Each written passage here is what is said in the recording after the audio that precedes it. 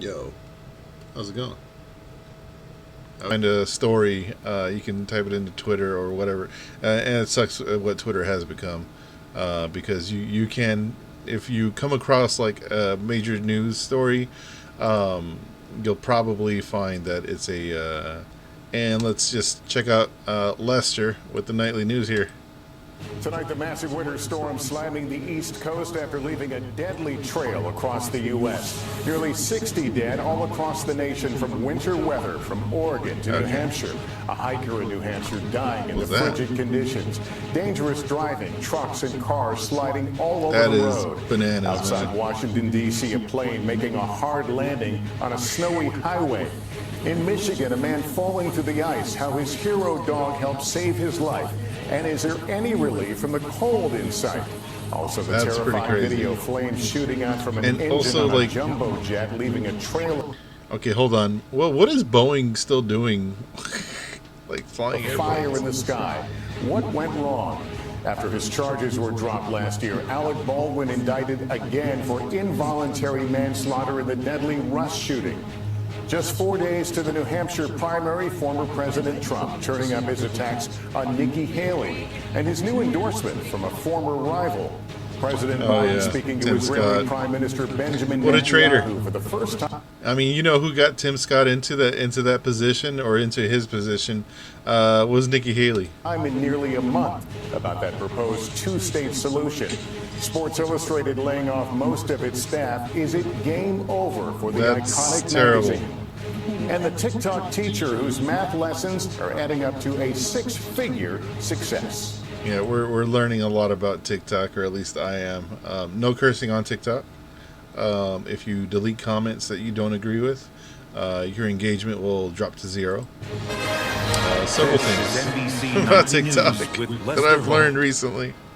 Good evening, everyone, and welcome. On the heels of the latest winter storm right now making its exit from the Northeast, millions are bracing for the next round of bitter cold coming in right behind the snow. The weather certainly no help to the pilot of this small utility plane when it was forced to make an ultimately safe emergency landing on a snowy Virginia highway this afternoon. This stretch of extreme cold has proved especially dangerous, contributing to nearly 60 deaths around the country since January 12th, from car accidents to falling trees to snow shoveling mishaps, including in Buffalo, where lake-effect snow has buried some neighborhoods and up to 5 feet of snow since Saturday. 5 feet? Right now, 17 million across the South are under freeze alerts, wind chill alerts stretching back to Montana. Once again tonight, Emily Aketa leads us off. As freezing rain and blinding snow torment communities coast to coast, tonight a staggering death toll from this week's unrelenting weather. I distinctly remember this reporter doing the story on the it was basically just like a homegrown terrorist. For killing at least and she was like, he has mental health care issues. 9 people. Christopher Roma died hiking in New Hampshire after getting stranded in suddenly perilous conditions. Dude. The conditions became so bad that he became disoriented. He didn't know which way to go. The 37-year-old avid outdoorsman leaves behind a 2-year-old son. He's just such an amazing brother and such an amazing father. The barrage of bad weather making travel treacherous, leaving some drivers no choice but to abandon their cars. And as another storm trudges across the Northeast, officials offering this warning.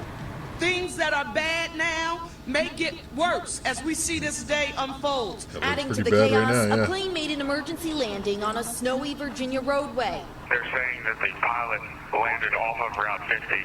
The FAA and NTSB now investigating what went wrong, but remarkably, no reported injuries. Across the country, Oregon's governor declaring a state of emergency, with freezing rain coating roads and trees collapsing under the weight of ice. That is a lot of ice to bring down the trees like that. Without power in the cold.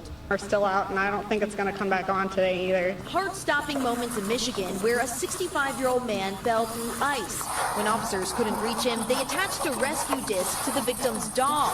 Call her, Who then ran to its owner. Keep pulling on that disc, keep pulling on the disc. Officers then pulling him to safety. Jeez. Across the southeast, water pipes bursting as temperatures plunged by 20 Free to car 40 wash. degrees today. NBC's Kathy Park is in Tennessee. Knoxville typically receives roughly 4 inches of snow for the entire winter season. Wow. But parts of the area got buried in more than 8 inches just this week. Digging out is a mounting task for residents in western New York, Jeez. blasted by several feet of lake-effect snow and more. Oh, she said Nashville, right? Like, well, at least they don't have any On the playoff way, games to worry about. one nonprofit is helping lighten the load. How do you ignore the fact that people have 70 inches of snow? And, the single moms, the widows, the elderly, they can't get out and even get to their mailbox. That is bananas. Emily Aketi is in Buffalo at the airport. Emily, Absolutely. how is the weather impacting travel? Well, Lester, across the country, more than 1,000 flights have been canceled today and another 6,900 delayed. And for those who do manage to make it to their destination, some met by yet another travel headache upon arrival. Lester? Emily Aketa, thank you. And more bone-chilling temperatures are in store for millions this weekend. Meteorologist Angie Lastman is with us. Angie, dare I ask, is there relief on the way? The good news is, Lester, yes. But first, we've got to get through the weekend. We've got this winter storm exiting, leaving us with the additional snow, but mainly along the lakes. That's where we'll see that bitter cold, leaving us with additional snow falling up to 6 to even 8 inches. Else we'll see the snow kind of taper off. But again, western New York and Pennsylvania picking up some snow. There's those wind chill alerts, wind chill advisory, wind chill watch, wind chill warning. Got it. So like over here along the Appalachian Mountains, that's going to be pretty screwed. Yeah. wind chill alerts with This is the South. Like, low 60s.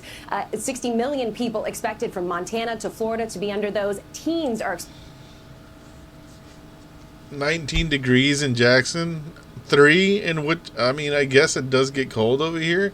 as far as temperatures, just 7 degrees below is what it will feel like in Nashville tomorrow. There's today, but by the time we get into the end of the weekend and into next week, above average temperatures are expected. 40s, 50s, and 60s are on tap, Lester. Angie, thanks so much.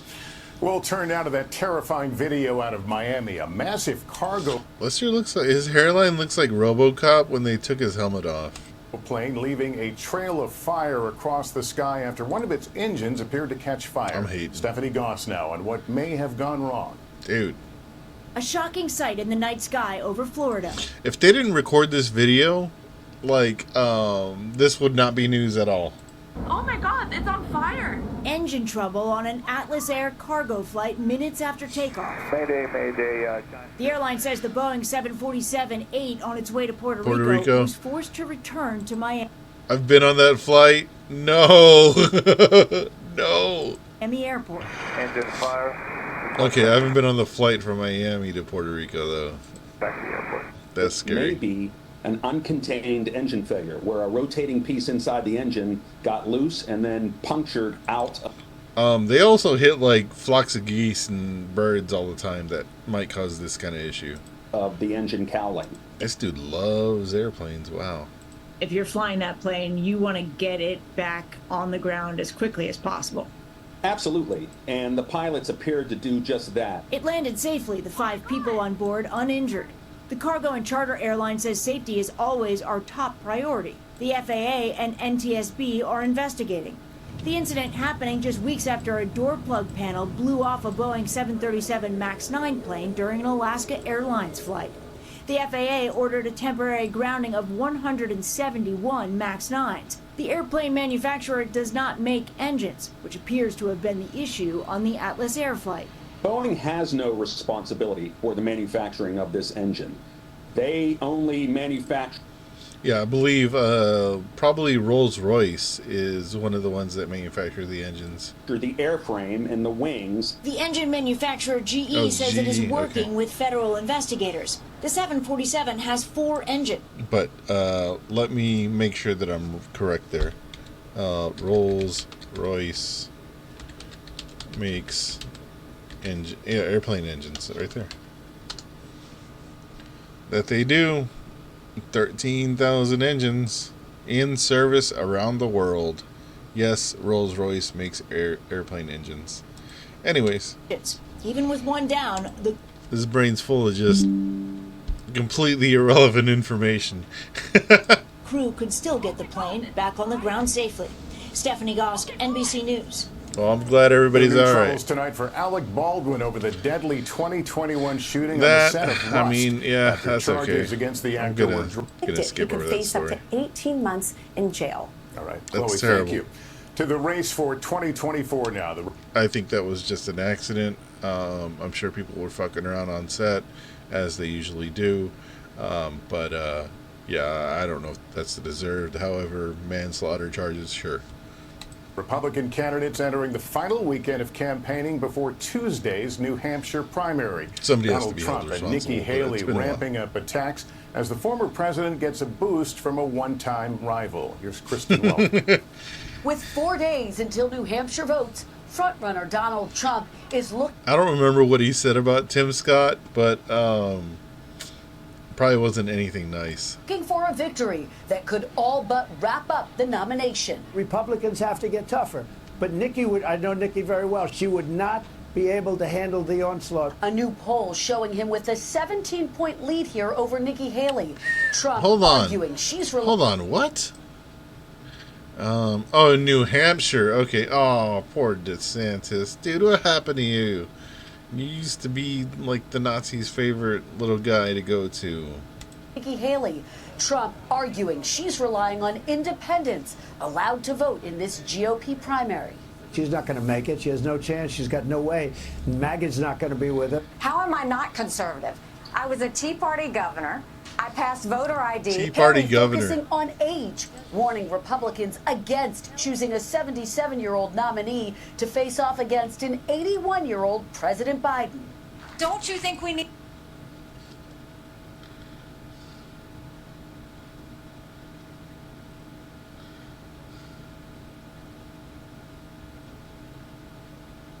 to have mental competency tests for anyone over the age of 75? I actually feel better now than I did 30 years ago. And I think cognitively I'm better than I was 20 years ago. I don't know why. The generational argument appealing to 23-year-old Haley supporter Nathan Seal. Nikki Haley says it's time for a new generation of leaders. Do you agree with her? I agree with her. It's time for a new generation of leaders. I really wouldn't like a matchup between Trump and Biden again. But Augusta Patrone says she's struggling with high prices and will vote for Trump. I admire his Oh my courage God, and these guts, people. and I accept them now with that. His courage and guts. What does that mean? I think what he's accomplished is awesome. What did he accomplish? Like Title 42? Ma'am, you need help. Then there's Doreen Pooler, who's still undecided between Haley and DeSantis. When will you make up your mind? Quite frankly, I'm probably not making it as I walk in to actually follow my ballot. And Kristen, what can you tell us about her? There are problems with this two-party system and the two parties themselves. Another big endorsement for former President Trump. Oh my God. That's right, Lester. South Carolina Senator Tim Scott, who dropped out of the presidential race, is set to endorse Trump at an event here tonight. It is a blow to Nikki Haley, who hails from South Carolina and who appointed Scott back in 2012. Lester. Kristen, thank Traitor. you. And join Kristen for Sunday's Meet the Press from New Oh my God, are you kidding me? She's gonna have Ron Pant piss on there and Snoo Snoo? Oh no, Snoo Snoo. Hold on, does that still work? Yeah. Computer sentences them to death by Snoo Snoo. There he is. New Hampshire with guests including. Oh, and you know, you gotta have two Republicans and a Democrat at least. That's an exclusive. Whoever, Maggie Hassan. Oh no. That's not going to go over well. Anyway. Including Ron DeSantis, Senator Maggie Hassan, and Governor Chris Sununu. Hassan. Now to the tensions in the Middle East. The U.S. launching new strikes on Houthi rebels. President Biden holding a critical call with... The bombings will continue until morale improves. Israeli Prime Minister Benjamin Netanyahu. No matter what they cost. And as the war rages, a staggering number of Israeli troops are being killed by friendly fire. Raf Sanchez is in Tel Aviv. Tonight, the U.S. again taking out anti-ship missiles the Pentagon says Iranian-backed Houthi militants were prepared to launch in the Red Sea. President Biden has acknowledged the U.S. strikes are not deterring Houthi attacks. The president today also speaking to Israeli Prime Minister Netanyahu for the first time in a month, downplaying Netanyahu's opposition to a Palestinian state. You think that Prime Minister Netanyahu will change his mind on an opposition to a two-state solution, sir? Yes, given the right one. Given the right one? What does that mean? The two-state solution, as in not the two-state solution that's being proposed right now, where it would be whatever Israel is right now and Gaza and the West Bank, because they've turned the West Bank into like Swiss cheese. There is basically just pockets of Palestinians or Palestinian land left in the West Bank, and it is extremely segregated. Even the streets are segregated. The way that they treat people in the West Bank is completely atrocious. There are Palestinians that actually live in Israel, and they go basically. It's like Jim Crow era over there, man. Like there is massive segregation, and it's certain laws for Palestinians and certain laws for everybody else. For Israeli. So for him to say that he's trying to work with him, even after Netanyahu came out today and said that he doesn't want a two-state solution, it's a one-state solution basically, that's completely disconnected. I don't know what the messaging is from the White House, that they believe that everybody is just completely oblivious to what is being said on the ground, like what's being said there. Yeah, we have a 7-8 hour time gap, but we have the internet, bro. Like we can look and see what's going on, what's being presented, what's being talked about in media. That's happening there right now. And so we're not idiots. Anyways, let me rewind here because I think this next part's gonna be juicy. Mind on an opposition to a two-state solution, sir? Yes, given the right one. For Israeli troops in Gaza, danger not just from Hamas, but also lethal rates of friendly fire. The latest IDF data shows 17% of all Israeli soldiers killed were mistakenly shot by their own or died in battlefield accidents. That is a high rate of friendly fire, even given that it's occurring in very dense urban terrain. We headed to central Gaza. That is embarrassing. Why'd they put him in the Merkava? Like, why? You went for a joyride in the Merkava? Come on, man. Gaza last week to see what the IDF said was a Hamas rocket factory. Israel's standard procedure: destroy facilities like this with a controlled explosion. Okay, no. This is civilian neighborhoods. What are y'all doing? You're telling me this entire neighborhood right here, all of these buildings, all of them were a Hamas rocket factory. Every single building was a Hamas rocket factory. What a dumbass video to play on national TV. Oh my God. And people just eat it up, I'm sure. But this time, disaster. The IDF says a tank shell aimed at Hamas fighters toppled an electricity pole, triggering the explosives early. 6 Israeli troops. It's a damn clown show. You're kidding me. Hold on, you're kidding me, dude. Electricity pole, triggering the explosives early. 6 Israeli troops were killed. Among them, 26-year-old Captain Ron Efrimi. His family, home, and heartbroken. Was it Ron Efrimi? Hold on. But his younger brother... I gotta look this up. Hang on. IDF, Swords of Iron, casualty page. Said his name was Ron. Ron Efremi. Oh, yeah, so he died. Oh, and it was 6 of them. Okay, so on that day, January 8th, which was about 11 days ago, you had 1, 2, 3, 4, 5, 6, 7, 8, 9 guys that were officially murked.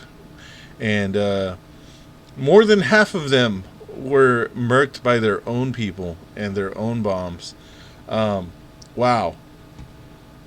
Excellent operation that you have going on there.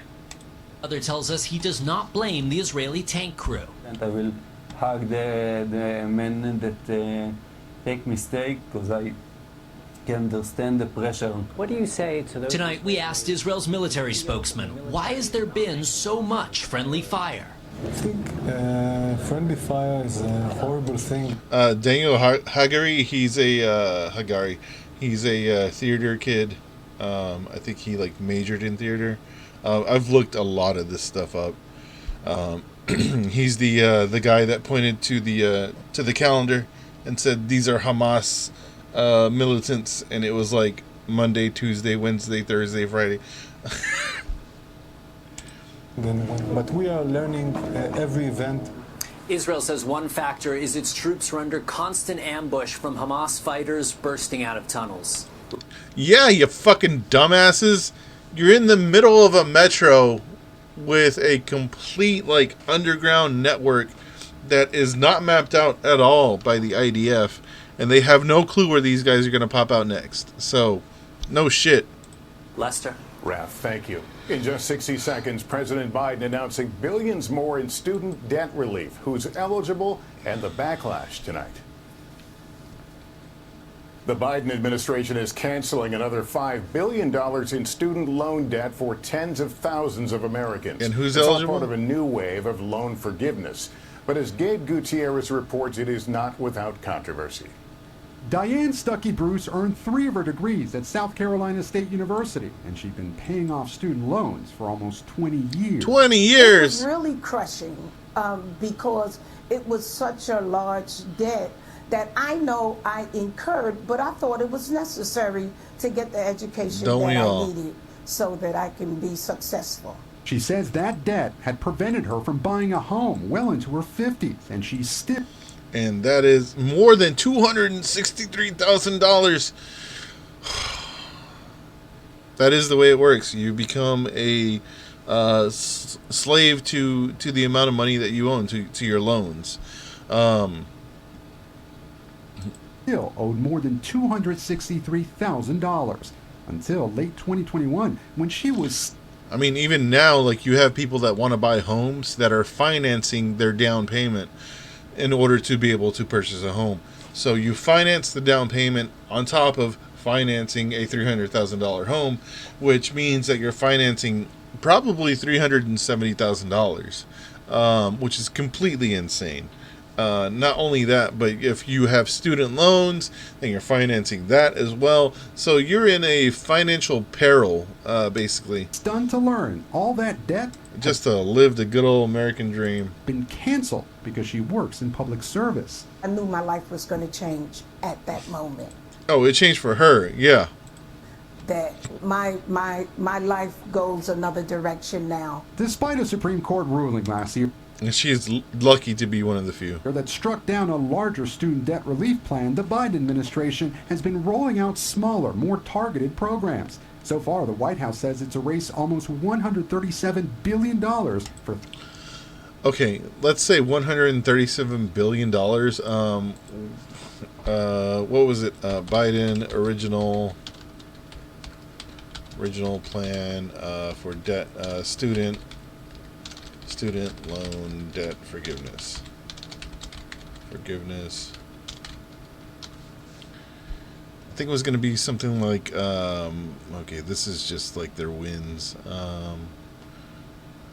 It was going to be $2 trillion, right? Or something like that. Type in trillion.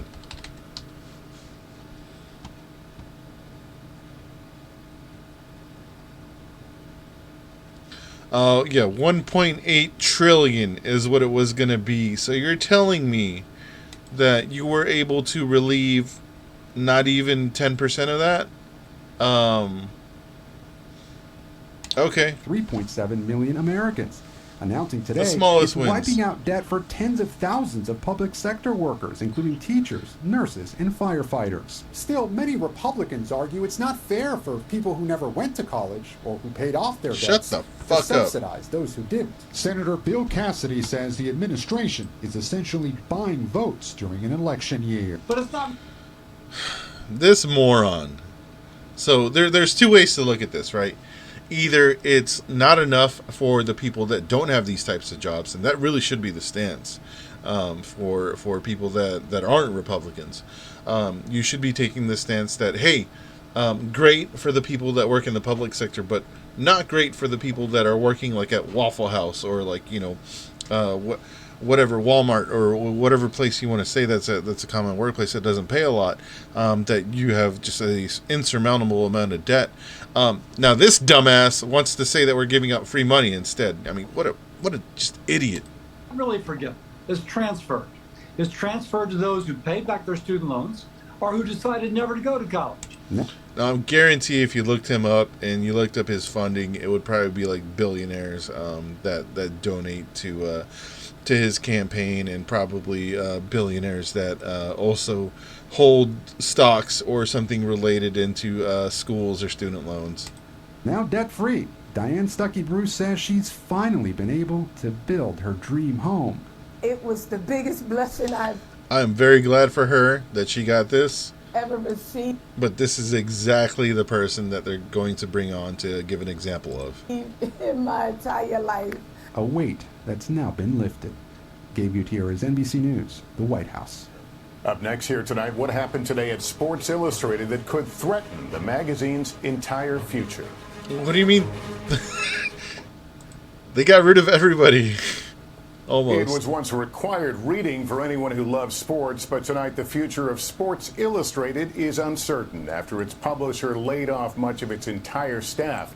It comes after the publisher announced a reduction in its workforce to cut costs. You know, some of the most popular issues or times of Sports Illustrated was the swimsuit edition. They're not mentioning that here at all.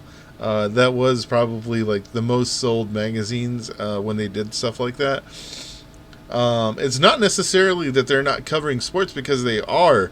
They're covering sports as they usually have. Now, the whole like sex appeal thing has really kind of gone the way with the internet. Obviously, if you want to look at boobs, you just type it into the internet. You don't have to like look up all the. You don't have to look at a magazine anymore. You don't have to do that. Its covers brought glory and controversy, especially its swimsuit editions. But tonight, changing media habits are posing a serious threat to the iconic magazine. Right now, millions of high school seniors are grappling with one of the biggest decisions of their lives: where to go to college. And as Savannah Sellers reports, there's one factor that's taking on a growing role. School ranking, academics, tuition cost, all factors in the big decision of picking a college. But for South Carolina high school senior Grace, add the state's abortion laws. I'm not comfortable with being in a state that doesn't value who I am or value my rights. Did that surprise you at all? When your daughter brought that up? It did. I'm like, the weather, what kind of campus, sports. What are the dorms like? You're not looking at lists of which campuses are in. Yeah, because Gen Z's smarter than that. In states that are more female friendly. They're actually paying attention to politics. The family asked us not to use their last name, concerned this story could impact Grace's admissions chances. But they join a growing trend. A Gallup survey shows 73% of young adults say reproductive health laws are a factor in their decision on where to enroll in college. That's And great. a quarter of students ruled out institutions solely due to the political policies in a state. I thought, this child has no concept of money. Grace has offers for scholarships What? in conservative-leaning states. What was your thought when you did get that scholarship and into Alabama. Hold on, what does she mean that her child has no concept of money? Did she not teach her anything about how cash works? Like, oh God! All right, okay. I don't know what we're doing as parents here, Alabama, in this country. I was happy about it, but it kind of made me a little bit anxious. I started looking into politics in Alabama a little bit more. We argued about it quite a bit. Your dad's response was "Roll Tide," and so I'm like, "Roll Tide, Grace." So that is something that I want to talk about probably in the future. I'm going to make a mental note here. But so Roll Tide Roll. Let's say meaning. Yeah, meaning. Yeah, you're not going to find anything about what I'm about to talk about right now. Cheer on the team and whatnot. So let's look up the CSS Alabama. Oh, damn it. That didn't work. CSS Alabama was the Confederate States Navy ship. I don't remember how many they had, but it was definitely a warship that was not supposed to be created by the Brits for the Confederacy. Now, the other thing you can say is the CSS Alabama Shanty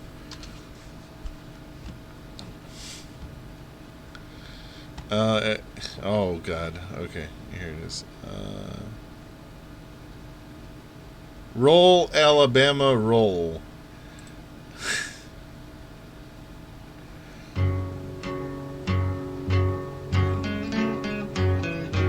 A Ballad of the CSS Alabama.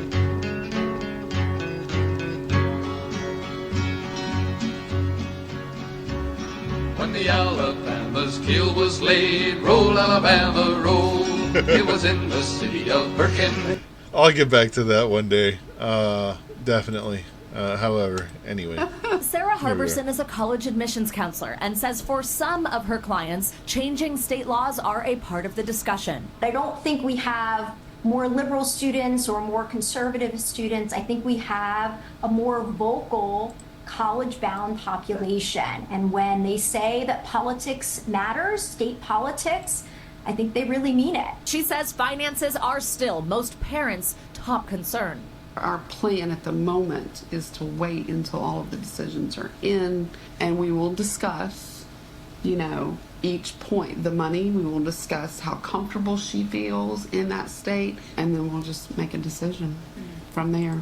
What's this we stuff? Why isn't she making the decision? An early lesson in higher education. Savannah Sellers, NBC News. Yo, she's got the mug. I'm pretty sure that's it. When we come back here tonight, how one teacher turned a tough period in her life into tough love for her students. Finally tonight, one teacher's path from struggle to success, now passing down her life lessons for the next generation. Here's Maya Eaglin. If you got 384, say, oh yeah. Oh yeah. Beloved third grade math teacher Shelby Lattimore is always go. I'm tutoring. I'm a science coordinator. I'm coaching basketball. Let's go. Come on, hustle. And she's making sure kids in her Charlotte, North Carolina class are having candid conversations about money. A lot of my students of color, they see their parents living check to check. They see... Oh, is that one of her students? Is that her when she was younger? The money management of not thinking long term. Miss Lattimore is inflating your rent. No, come on. It's time to, anyway. I sure am. Her lessons, revolt. Real world tough love combined with fun. You're charging third graders rent. I am. I sure am. Using fake money and a budget, students paid to use desks and chairs. They even earn salaries for helping out. It gives you a life lesson how money is Their financial exercise. I had this class in high school that was called Math and Money that was similar to this. But yeah, you definitely had to learn how to pay rent and have insurance and all that stuff. Is drawn from Miss Lattimore's own life as an educator, struggling to make ends meet. I am going to take your money. Now, inspired by her students, she's posting her wildly popular lessons on That's TikTok, great. earning up to 6 figures a year. What keeps you waking up every day and excited? They didn't say 6 figures a year alone on TikTok. They said 6 figures a year as in like collectively. So she's probably getting like another 40, 50 grand out of this. But I congratulate her on that. However, I do wish that she would get paid that amount without having to do TikTok. To go to work. Wow, I'm sorry. No, don't apologize. Take a beat. Take a beat. Yeah. You got it. It's gonna sound so corny, but it's them. One teacher's empowering strategies for helping students succeed. Maya Eaglin, NBC News, Charlotte, North Carolina. That's awesome. Cedric, how are you? And that's nightly news for this Friday. Thank you for watching. Get out of here, dude. All right. I'm going to take a quick 2 seconds to myself. Let's play some Squirtle sex, because that won't get banned. If I play that other video, it's going to get me cut up here. So, yeah, here we go. I'll be right back. 2 seconds. Well, maybe a little bit longer. I don't know. I'm gonna get a new mic soon.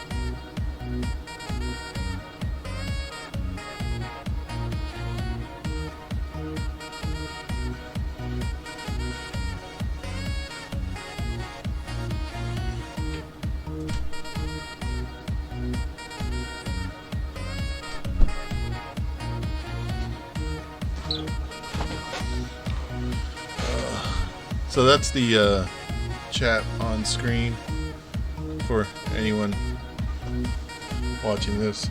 If you do chat in Twitch, it will show up there.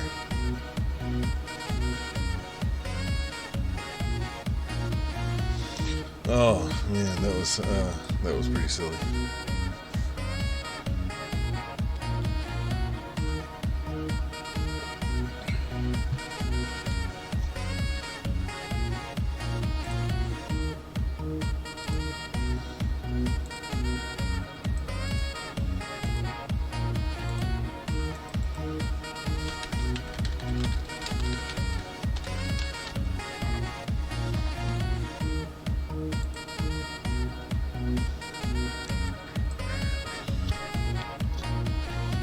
Alright, just had a message in front of mine.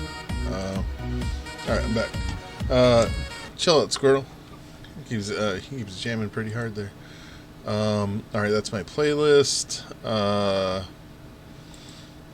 Nightly news. We are done with you. Let's see what's going on in the Red Sea. On today's episode of What's Going On with Shipping, it's the United States Navy and the Houthi pirate war. I am your host, Sal Mercogliano. Welcome to today. I love this guy. I love him so much. He's not, well, he's styling. Like, he's wearing his, styling shirts with the white undershirt. Sal, the white undershirt's done, bro. You got to get the black undershirt. Today's episode. So, for those of you who don't know, I am a merchant mariner by training. I sailed 3 years and then worked ashore for 4 years.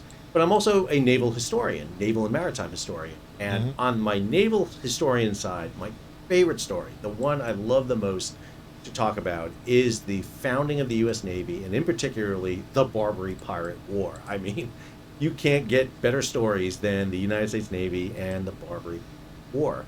And there's a lot of parallels going on right now between those conflicts in the early history of the United States and what's going on off the coast of the Red Sea with the Houthi. We're going to look at that analysis. We're going to compare those two and discuss what is developing right now in this conflict.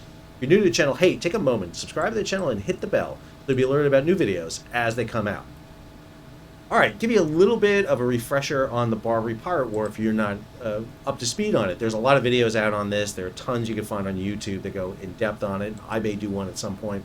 But my rundown is this. So one of the best sources on this in the early history of the United States Navy is Ian Toll's Six Frigates. Absolutely fantastic. Great book. Takes the early American Navy from the authorization of 6 frigates in 1794. Okay, Sal's going to give me a big amount of history here. This is the United States and the Chesapeake. This is Constitution and Constellation. 6 frigate city, destroy it basically, and eventually the French will colonize it and take it over. That's how you kind highly of get recommend out of this the channel. Barbary Pirate War. And that kind of takes us to where we are today. I think that's one of the greatest channels as to what's going on right now in the Red Sea. Highly recommend it. Day with the Houthi and what is going on currently regarding the situation. So we've seen a series of attacks. For the 5th day, the United States is launching cruise missiles and bombs against the Houthi in retaliation for a strike. And let me be clear, the U.S. Navy is doing a fantastic job in the military elimination of these threats. I mean, there's no doubt, I think, that we didn't think that use of Tomahawks and F-18s and all these other ordnance would be able to deliver on target. The problem is, while we're winning the military fight, we're losing the commercial fight. Because the Houthi, all they need is a few missiles to get launched and hit targets, and they are able to keep commercial shipping from going through. Because I mean, that's exactly what's going on right now. They just launch a few missiles, probably launch a few of them at once, and then one will probably definitely get through. We have to understand the person we have to convince in this fight isn't the Houthi, it's insurance companies. Because it's the insurance companies that are making it too cost prohibitive for ships to go through. And we're kind of seeing that right now, because we're seeing that with more attacks. This is a U.S. owned but a foreign flag Marshall Island ship called the Genco Picardy, hit by what is probably a missile of some type or a drone, not enough to penetrate into the vessel. Some people have seen this image and said, well, that looks like, is that a little charring? Like, yeah, I would have to assume that was a drone since it came in horizontally. If it was a missile, I would assume that it would come down upon it. And if it came like down and barely missed the ship, there would be a lot more splash damage, kind of in this general vicinity. Or at least like some sort of downward dents. So that seems like some sort of like Reaperish type of drone.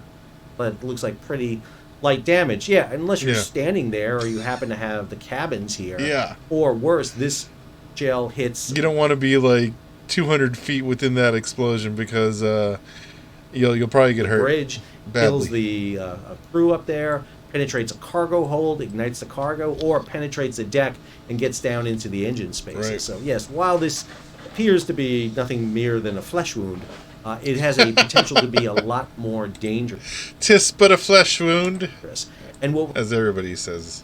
We're seeing right now is the Houthi are doing much better at targeting. They're hitting U.S.-owned vessels that are flagged in the Marshall Islands, a lot of bulk carriers going in. Bulk carriers are still going through because bulk carriers are typically low-value vessels. It is the damage to these ships that have the potential to drive them out. Damaging a bulk carrier, which is valued in the tens of millions, even with a war risk insurance of 1%, isn't enough to drive these ships out.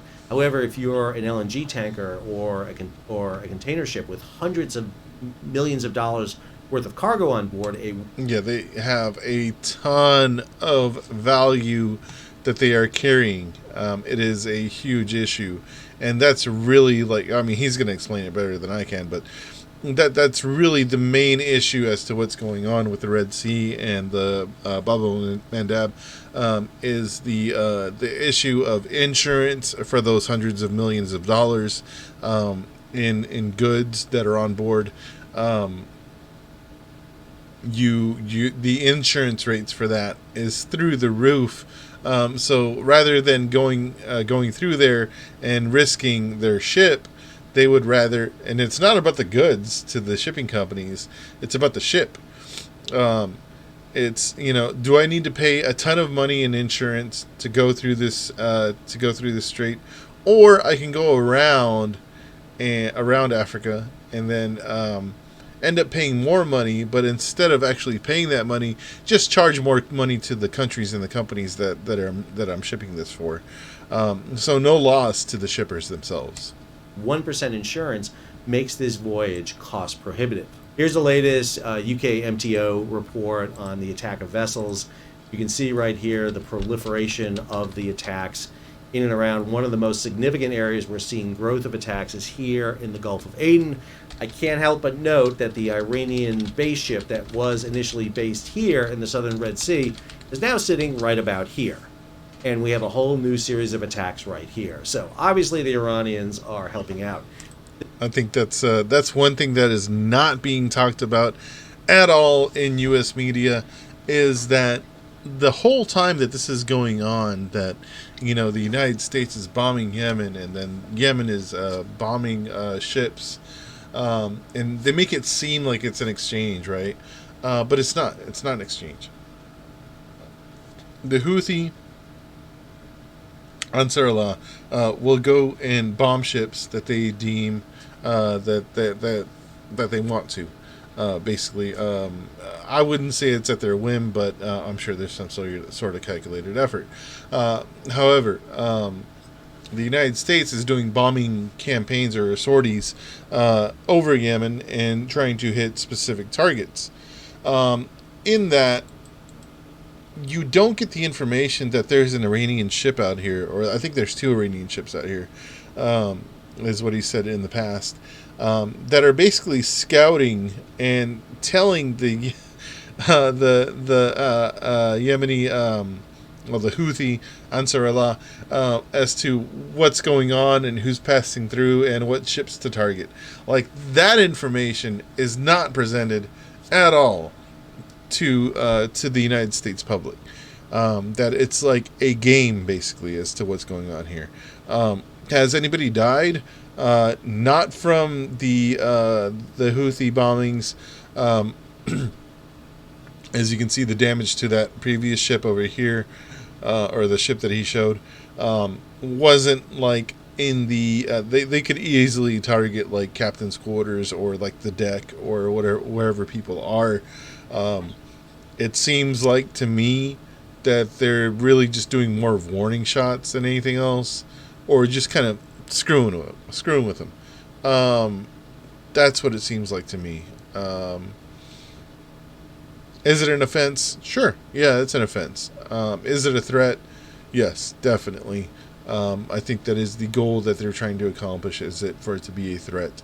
Not only for it to be a threat against the United States Navy, for them to witness what's going on, but also for it to be a threat to the U.S. and anybody that's associated with them, and their primary target being Israeli ships. Anyways, I'll let him continue. Here.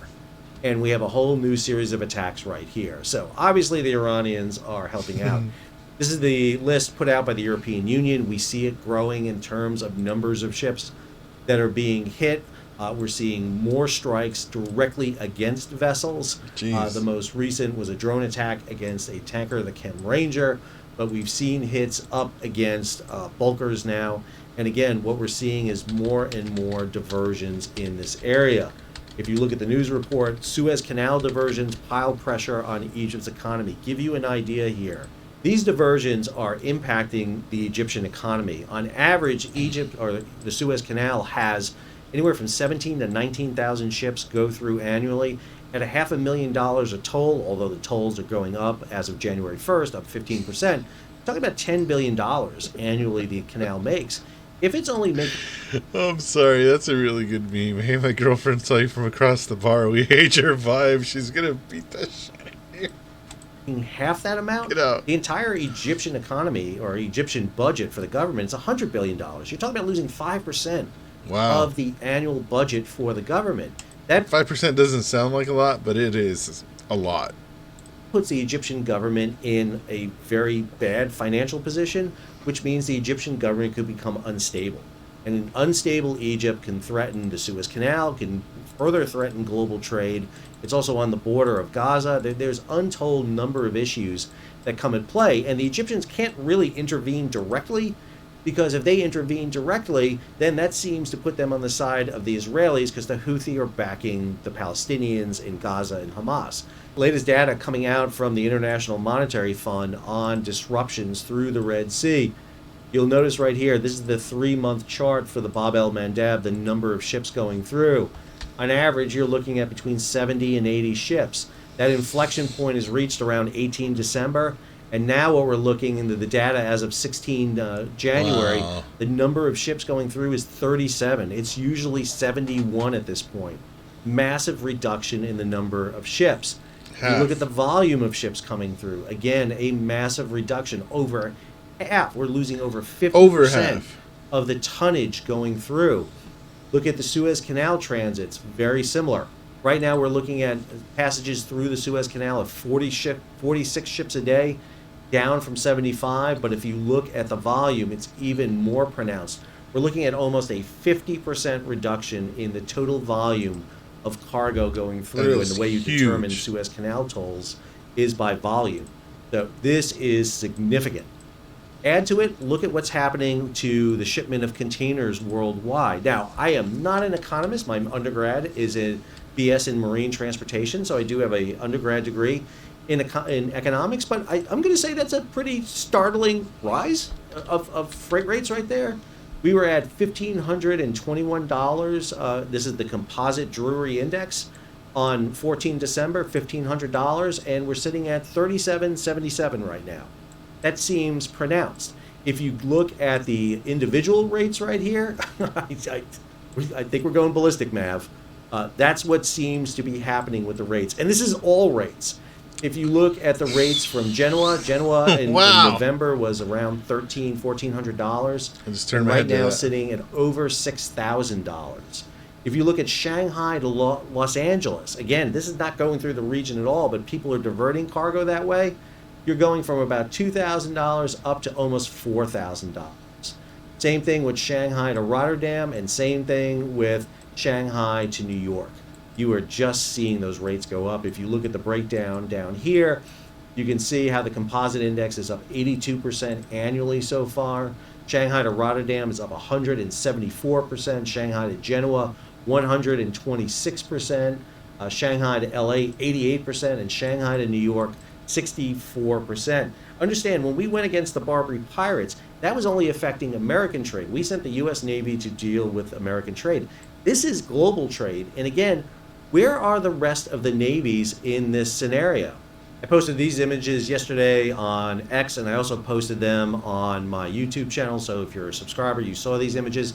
This is a Japanese destroyer escorting one of their own ships through the region. This is the French frigate escorting ships of CMA CGM, the French line, through the region. And this is an Italian frigate escorting ships of Grimaldi lines, an Italian line, through it. Some nations are providing direct escort for their vessels through. The United States and the British are providing overwatch. They because of the nature of their vessels and the fact that they can destroy these ballistic missiles, they're set up as these gatekeepers around. They're not providing direct escort. As a matter of fact, on January 9th, that big convoy battle that happened when 4 U.S. ships came southbound, they were not provided direct escort. They were on their own, but they were being screened by the U.S. Navy and the British Navy, and there were aircraft overhead. But they didn't have ships riding shotgun on them. But the big issue here is that we're seeing individual nations protecting their own ships, providing direct escort. That is something that the insurance companies. You know, it's funny, like, he's not mentioning, like, if they actually fired missiles or had to fire missiles, like, in a counter effort to what's going on, to if the Houthi actually fired upon them. So the French and the other ones. So that would be an interesting detail to know. Are looking at. They want to see this stuff to be able to lower insurance costs. And what we're unfortunately seeing is this is expanding. This story over in G-Captain, Europe, Africa, crude market tightens on Red Sea disruptions and Chinese demand. We're starting to see this impact in the LNG sector, we're starting to see it in tankers, and we're starting to see it in the bulk trade. The Barbary Pirates War is one of the greatest events in the history of the United States. Really, a lot of the founding lore of the U.S. Navy is created. If you look at the Arleigh Burke-class destroyers, there's a ton of them named from officers in that period: Porter, Bainbridge, Decatur, Preble. They're all named for those. Those names are historic in the history of the U.S. Navy. But I got to say, this is not a mission the U.S. Navy seems to be embracing at all. No. There are no embedded reporters on any of the ships out there. Send me out. I'll go out in a minute and report on this stuff, because this is what you want a Navy to do. Protect. Yeah, Sal wants to get out there, man. He wants to be out on the ships. Commerce, protect trade. This is the bread and butter of navies. The problem that we're having right now is because of the increasing insurance rates. You just had the story the other day that the insurance companies may not want to protect U.S. and UK-owned vessels. We may be in a situation where the U.S. and Royal Navy is protecting the Red Sea, and the only ships that are transiting there are Chinese, Iranian, and Russian. That's crazy. Meanwhile, U.S.-owned, U.S.-flagged ships can't get through. That is a big change from where we were when we started fighting the Barbary Pirates over 230 years ago. Got to look at this issue and understand that while you're winning the military fight against the Houthi, you're destroying batteries. You don't see them launching 22 missiles and drones like they did in the past. They're still launching single drones. They're still launching single missiles. And while they're giving them layups, is what they're doing. When they launch a single drone, they know that the United States is going to shoot it down. When they launch a single ballistic missile or a missile of whatever sort, they know that the United States is going to shoot it down. They know that it's easily just going to be shot down. It's a game. It's a game that they're playing, and like, for us to receive it in the news that, oh, the Houthi are firing upon United States vessels, but they don't say that they're the commercial vessels. They try to make it implied that the Houthi are firing on the Navy, which they are not, at least not right now. But it's this implication that you try to get the American public to perceive, and then you get the approval, right? Because, you know, it's called manufacturing consent. But we're not getting the full story. Neutralizing them, we're kind of knocking them out sometimes before they launch. Some of them are still getting through, and it only takes one catastrophic loss of a vessel to understand that. What the insurance companies are looking at is what happened to the tanker Limburg back in 2003. They're looking at coal in the year 2000, and they're sitting there and saying, yes, that damage that I showed you before looks pretty minor, but it could be worse. And what an insurance company never wants to do, whether it's a car insurance, home insurance, or ship insurance, is pay any money out. They sure don't want to do it for a catastrophic loss of a vessel, especially in the Red Sea or the Gulf. I mean, you think those ships are cheap? No, like the insurance that they're paying is a lot because those ships cost a lot because the value of the items that they're carrying costs a lot. Aiden, where the environmental damage. Not only that, but the items that they're carrying will be sold at a greater value once they reach their destination. So it's like a multiplier. Will be catastrophic. I hope you enjoyed today's episode. If you did, hey, take a moment, subscribe to the channel, and hit the bell to be alerted about new videos as they come out. Leave a comment, share it across social media, and if you can, support the page. How do you do that? Well, you can hit the super thanks button down below. That was a fantastic video. I highly recommend subscribing to his. Also, if you want to do, like you said, do the super thanks button and whatnot.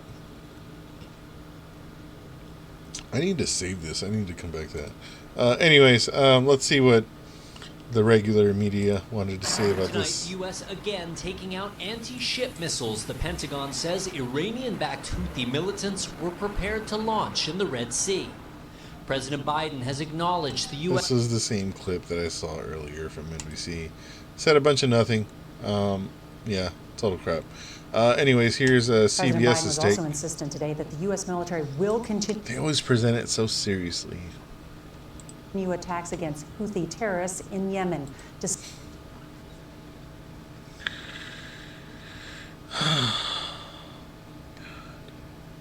You know, I guess you have to build up the story in order to talk about it. Despite admitting that what they've done so far has not worked to stop the terrorists from attacking commercial shipping vessels in the Red Sea. CBS's Charlie D'Agata takes us on board a U.S. Navy destroyer with a first-hand look at the critical mission there to keep the region safe.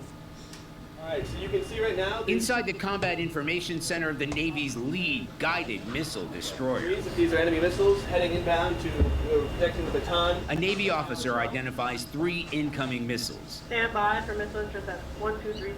The order goes out to shoot them down. Then a direct hit on all 3. So what you saw here was exactly what you would see if you were on one of the platforms in the Red Sea. This is just a simulation.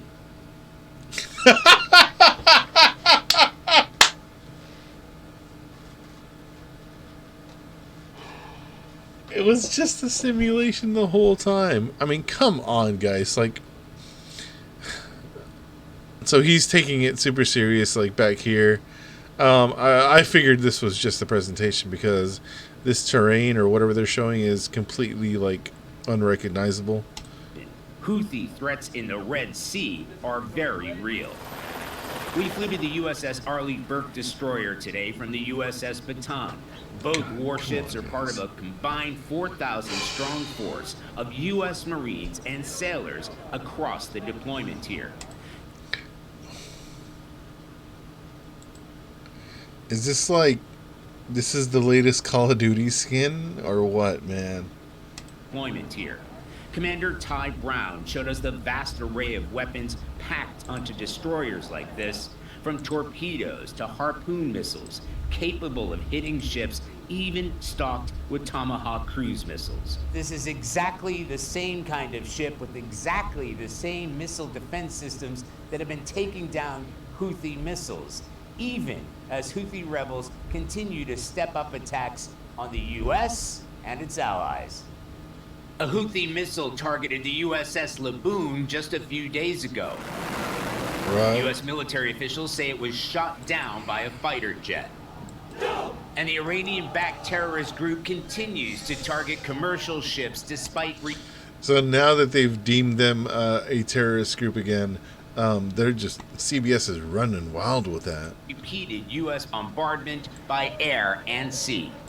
And although the Arleigh Burke is currently at sail in the Mediterranean, the commander and his crew are fully aware of rising tensions across the region. Hold on, these dorks are in the Mediterranean. They're not even in the Red Sea. What are you doing? I identify as they are operating what I call at a really high tempo right now, significantly higher than we've been operating as a Navy for some time. Now we're back on board the USS Bataan tonight, Nora, and the message has been that Marines in the Eastern Mediterranean. Okay, yeah, you probably want to look up for Hezbollah then. and sailors are specifically trained to handle anything, but with warships and fighter jets already He's been drinking. defending against adversaries like the Houthis, the fight's already real. As one major here put it to me tonight, you train for years for something that may happen in minutes. It's an excellent point, Charlie D'Agata. Thank you. Also, I'm sorry, you're making this 39 million, it's a lot. Get out of here. Get out of here. It is not your time.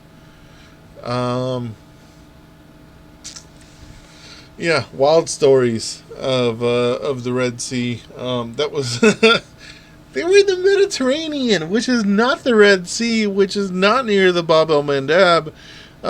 So I don't know what the point of that story was, other than to demonstrate the U.S. Navy's might, I guess, of what they can do. That's already been demonstrated. That's already been shown in the weeks past of of them shooting down missiles and drones. I think there was one report that Sal talked about where they were talking about they shot down like 12 at a time or sequentially. It's been a big issue for ships that are going through that area. It's kind of crazy as far as the effort that they've had to put in. But that ship that they're on right now had nothing to do with the entire situation. I don't know. Again, more stuff that they try to pass on that like as if it's actual news, but it's not. It's not news. It's just bullshit. And I think it sucks. I think it sucks that we get presented that as if it is something that's substantial when it's not. But you know what might be substantial is Hamas making their own Israeli tank replicas. They're making their own Merkavas.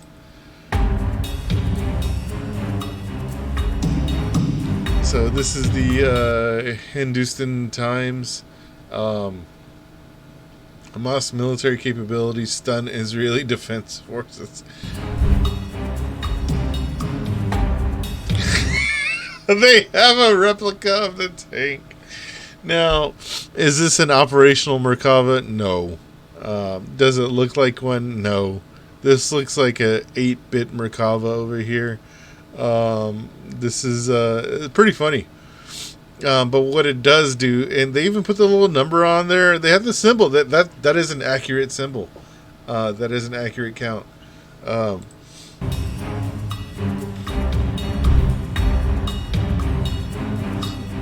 In Khan Yunis? Okay.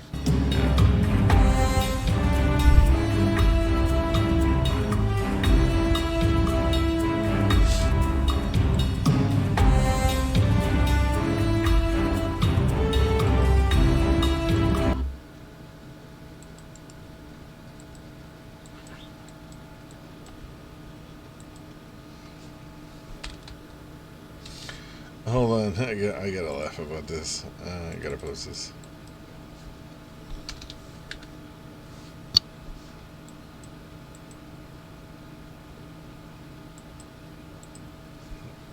They made their own.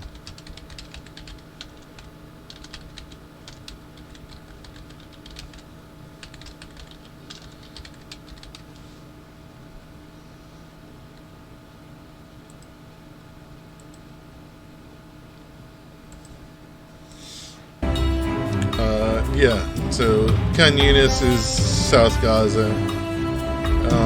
That is pretty funny. But, okay. That's insane for them to completely destroy these buildings. Brother, that's the same picture. You just put it in a different light. Okay, Hindustan Times, like, they do a lot. They do a lot of this weird stuff. Raided a Hamas training compound. So it was a training compound. It wasn't like you get. So this is the other problem is you get these guys that are trying to get like clickbait information out there, and they do a great job at it. But yeah, they presented it like it was in a refugee camp or something, and it wasn't. But yeah, so this is what's going on in Can Yunis. They said the compound was used as a training site, a meeting point. I got it. Yeah. Okay, it's going to be just repetitive from here. They're usually pretty repetitive. The White House has accepted that Israel cannot completely eliminate Hamas because, again, it's an ideology. It's not necessarily a staff or anything like that.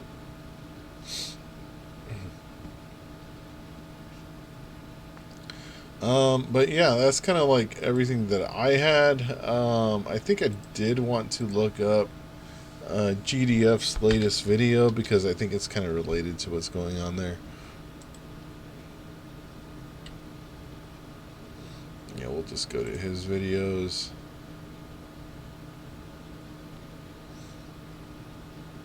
And let's look at, well, first of all, the brain rot, and then we'll watch this other video that he's got going on.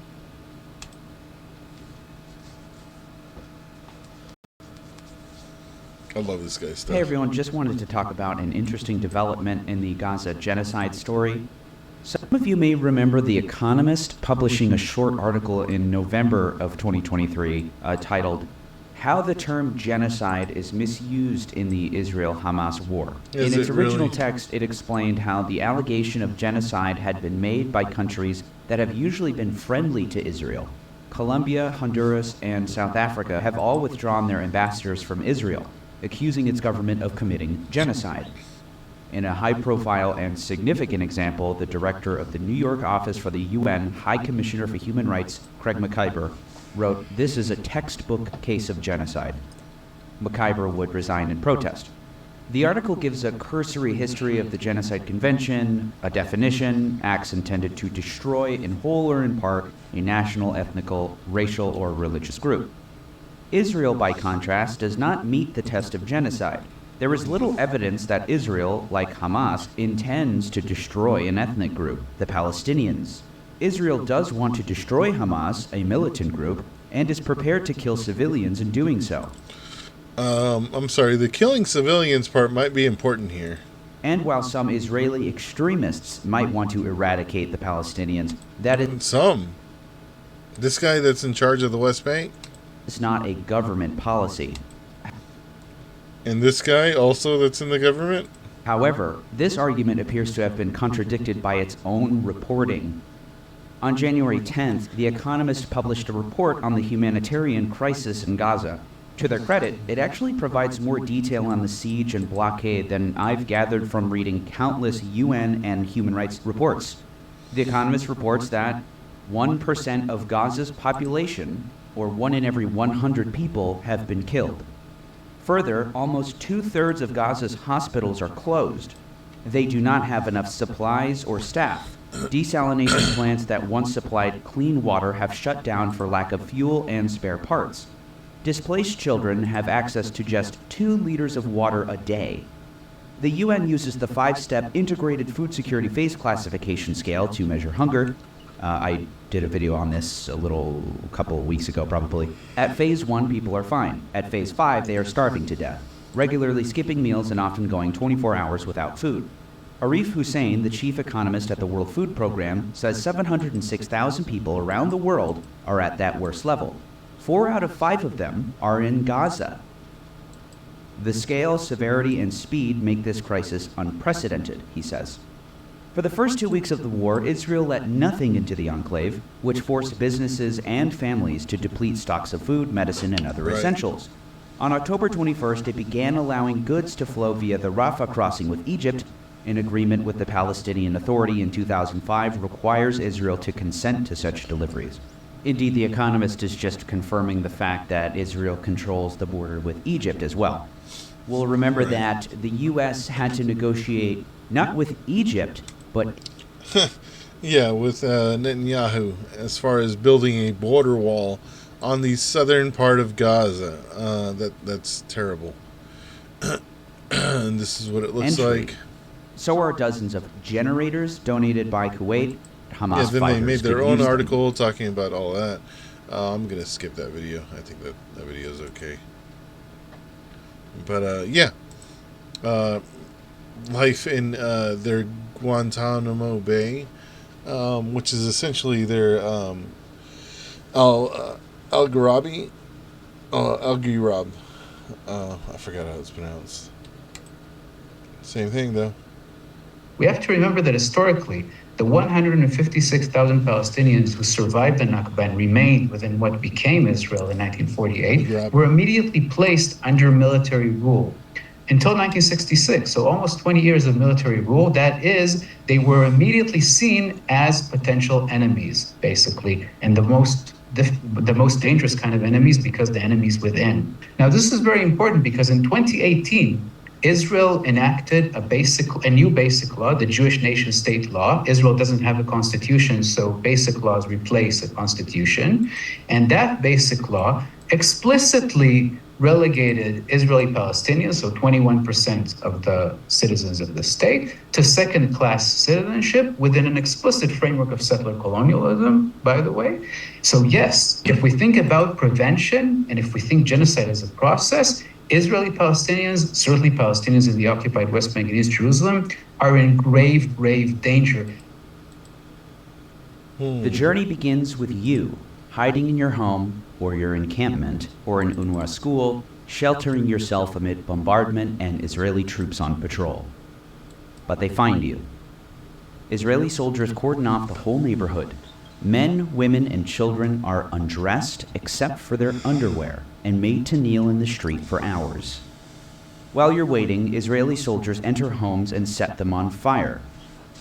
Perhaps you're given a weapon in order to pose for a video. You're blindfolded and can't see anything. You're loaded onto a flatbed truck with all the others, dozens of people, and driven away. As you're being transported, soldiers beat you over the head with a rifle butt. You arrive to an open-air prison akin to a large chicken coop. And while you're there, you're subjected to electric shocks, burning, humiliation, sleep deprivation, and starvation. You're not even allowed to go to the bathroom until you defecate on yourself. This torture could even last for 6 straight days. What the fuck, man? The soldier beats you, and I'm not Hamas. What am I to blame for? But he keeps telling you, you are Hamas. Everyone who remains in Gaza City is Hamas. If you weren't Hamas, you would have gone to the south. We told you to go south. Just one problem, you're not Hamas. You've all seen these images of Palestinian detainees loaded onto trucks like cattle. Yeah. Israeli news called them terrorists who laid down their arms. But even Israel had to concede that up to 90% of them were civilians. But that's according to Israel, which has suffered major damage to its credibility for facts. Despite this, the men were taken away by the army without notifying their families of the detainees' whereabouts. Some of them never returned. Yo, what? According to an investigation by the Israeli 972 magazine, more than 660 Gazans are currently known to be detained in Israeli prisons as of January 5th. The Israeli army refuses to reveal an additional number, which could be as high as several thousand. What? Many of them being held at military bases, which Euromed Monitor have called the new Guantanamo. Because they're not under the Israeli prison administration, they are not held under legal detention circumstances. They are not allowed to speak to lawyers or the Red Cross. They are effectively disappeared. At these camps, Palestinian detainees are forced to remain in iron cages in cold weather.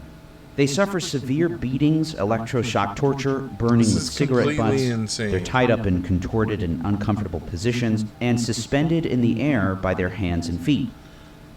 To keep them from sleeping, they keep bright lights on through the night. That's the Palestinian chair, by the way. That image, that right there, that is called the Palestinian chair. These include people of all ages, children, elderly men, elderly women. One of the released detainees, who requested anonymity for fear of retaliation, said that he witnessed Israeli soldiers directly shooting and killing 5 detainees in separate incidents. This is corroborated by 972, who say several people are known to have died as a result of being held in these conditions. In fact, even the Israeli army admitted as much. In my apartheid video I made a little while back, I spoke about the conditions that need to be met in order to classify a deliberate policy of apartheid. 3 criteria in particular: institutionalized racial discrimination, intentional domination of a racial group, and inhuman acts committed as an integral part of the regime. That's definitely In his happening. 2022 report on Israeli apartheid, then Special Rapporteur for Human Rights in the Occupied Palestinian Territories, Michael Link, listed torture as an inhuman and inhumane act, and cited a report from the Public Committee Against Torture in Israel, who, in a 2022 report to the Office of the Prosecutor of the International Criminal Court, listed several prisons inside Israel which practice grueling torture. Reporter Josh Breiner in the Israeli Haaretz has written 2 articles on the conditions of Palestinian prisoners in Israeli prisons, including Megiddo and Gilboa prisons, on December 31st and January 2nd, respectively. At Megiddo prison in northern Israel, conditions are nightmarish, including guards kicking, punching, hitting their testicles, and humiliating prisoners. Some testified that a prisoner who was beaten died of his injuries. According to these testimonies, some of them firsthand, others communicated through the lawyers of the detainees or prisoners, since the beginning of the war, Palestinian prisoners and Israeli citizens in security divisions have been beaten, with guards forcing prisoners to sing songs in order to humiliate them. So not only Palestinian prisoners, but Israeli citizens. Ahmed Khalifa, a 41-year-old Israeli citizen, was arrested in October for participating in a demonstration. Khalifa testified in an Israeli court in December. He describes the cruel treatment of one unfortunate Palestinian man. I don't know if I should say that he died or was killed, but his death was caused by physical blows. Then he was killed, yeah. Next to me is a punishment cell. They put him there. He was shouting from Thursday to Saturday that his stomach was hurting, and they would hush him. On Friday, the prisoner held it in, but on Saturday, he continued crying out that his stomach and intestines were hurting. I can still hear his voice. Then they took him. I thought, I had some faith, that they were taking him to be treated. But the guards put him in a separate cell, and he died that night. Wow. At this point, Khalifa, who is a lawyer, burst into tears in the courtroom. He died in the cell next to mine. He was quiet. He stopped saying his stomach was hurting. The guard opened the grill and saw him lying on the floor. He called an ambulance, but it was too late. He was already dead. Of course, that was the point. Yeah. Though Breiner doesn't confirm the identity of the man, he reports that one detainee who died in the prison, Abdul Rahman Mari, showed signs of extreme violence. A detainee who was released but said he witnessed the attack testified that the man was beaten by 15 guards. Holy shit. Your introduction to Megiddo prison may include being tied up in a room for 9 hours. 40 guards enter your room and beat you and everyone else in the cell, even breaking bones. Indeed, this is how they welcome the prisoners. Your living quarters are squalid. That sounds like jail to me.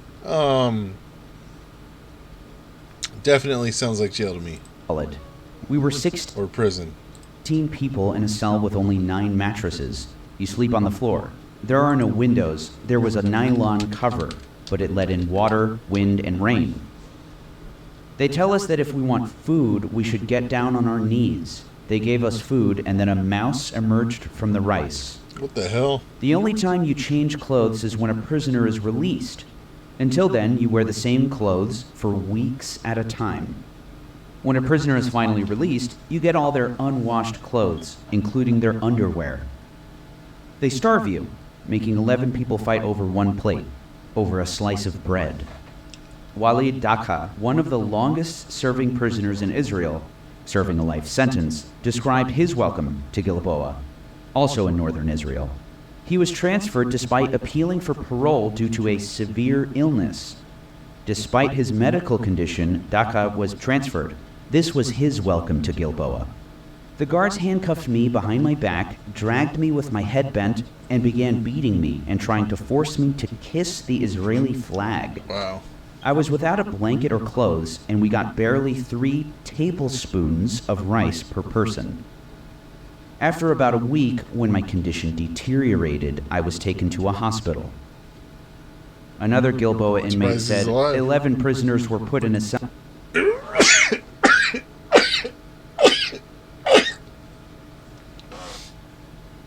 I had to sneeze. That usually held a third of that. The guards threw the food on the floor. Sometimes they mashed it with their feet, and every day, under the pretext of a search, they would beat the prisoners with iron sticks. What the fuck? He also said anyone who didn't kiss the Israeli flag was beaten, a practice corroborated by multiple inmates. These testimonies are part of an appeal to the Israeli Attorney General by a group of human rights organizations, including the Association for Civil Rights in Israel, Physicians for Human Rights, the Committee Against Torture, and Hamoked, an Israel-based human rights organization. These testimonies are significant for a number of reasons. According to Masana Morani of Adala, the Israeli-based Arab human rights organization, it's only because of the unprecedented wave of arrests of Israeli Palestinians, because of their statements against the war, that a situation has been created in which rare testimonies such as these are being heard, since the prisoners were brought to non-military courts. Oh, yeah. They have military courts and non-military courts, right? More than 2,000 Palestinians and Arab citizens of Israel have been arrested since the war began, and hundreds of them for social media posts. You see, this video is about something more important than just the targeting of Palestinians in Gaza. It's the targeting of Palestinians for being Palestinian, as such, as the Genocide Convention requires. Hardly a war against Hamas, Palestinians in Gaza, the West Bank, and inside of Israel proper are under attack. Bakr Zubi, in another piece for 972, reports a worrying development. Administrative detention, long weaponized against Palestinians under occupation, is gradually being directed towards those with citizenship too. Yep. A dangerous move to further cast the community as internal enemies has gone largely under the radar. Since October 7th, Israel has placed 7 Palestinian citizens in administrative detention, as of January 8th, 2024. B'Tselem, the Israeli...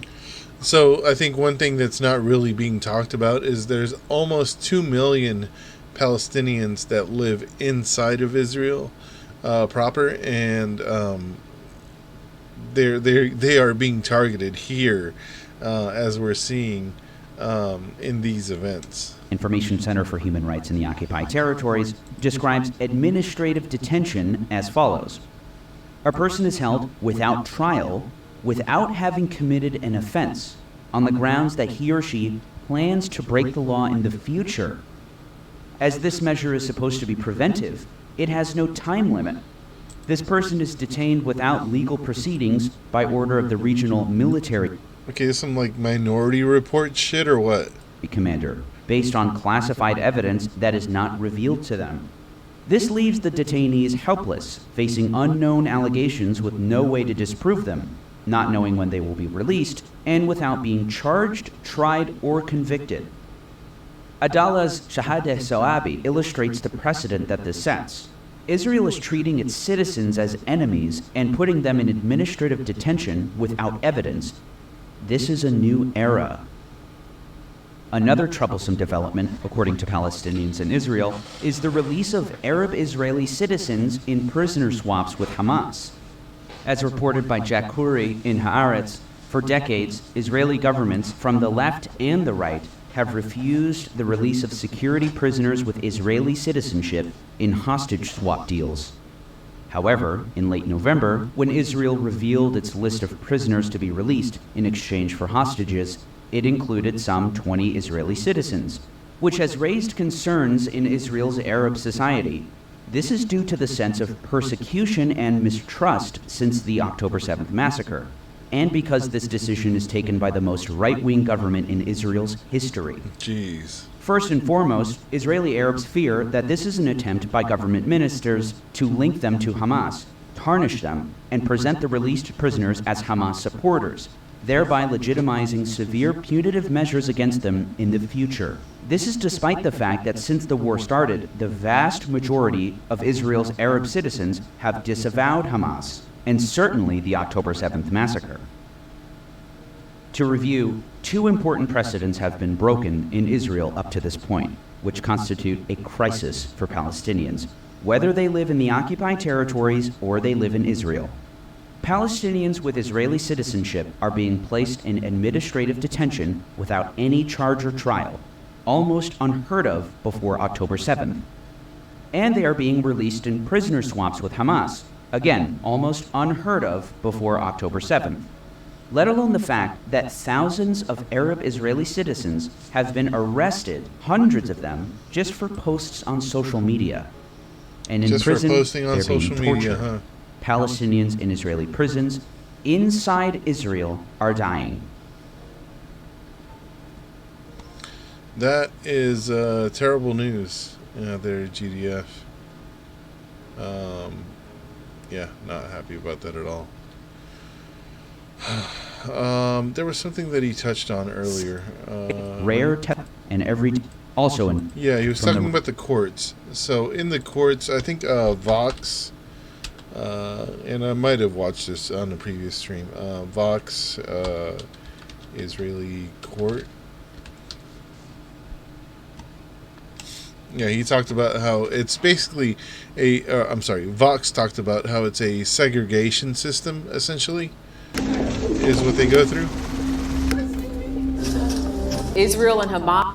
Because they have a court system for Palestinians in Israel, so there's 2 million Palestinians that live in Israel, and then they have a court system for Israelis that live in Israel. So Agreeing on a deal that will free a number of hostages in Gaza in exchange for a temporary pause in fighting. The release of hostages by Hamas. Their release is part of a deal that's been in negotiations for weeks. Emerging from the darkness of captivity. Carefully loaded into those Red Cross vehicles. Now, so when we say that there's segregation going on here, November 22nd, that there's Israel basically and Hamas Jim Crow agreed to a laws, temporary which there are essentially, these are like Jim Crow laws, to where, you know, if you're Palestinian, you cannot enter certain areas, especially in the West Bank, but inside, and so outside of the West Bank, outside of Gaza, in Israel itself, is what this is talking about. Ceasefire. This was more than 6 weeks after Hamas militants killed over 1,000 Israelis and took roughly 240 hostages. And after Israel's relentless bombing and ground invasion of Gaza, killed over 14,000 Palestinians. Under the deal, Hamas would eventually release 105 hostages, mainly women, children, and foreign nationals. In turn, Israel would release 240 Palestinian. That is a minuscule amount of the amount of Palestinian prisoners that they have. Not only are they releasing a minuscule amount, so like GDF talked about, they're arresting Palestinians en masse of the 2 million that live inside of Israel. So that becomes a major issue, because you arrest them from inside of Israel and then you release them into Gaza or outside of Israel, and if you know anything about that, you're not going to be allowed to return. In prisoners, mainly women, children, and young adults, the vast majority of whom Israel had detained without formally charging. A bus full of women detained by Israel until now. Tearful family reunifications between a mother and a teenage son. The moment a mother finally sees her daughter for the first time after 8 years in an Israeli prison. This exchange was a new chapter in a long history.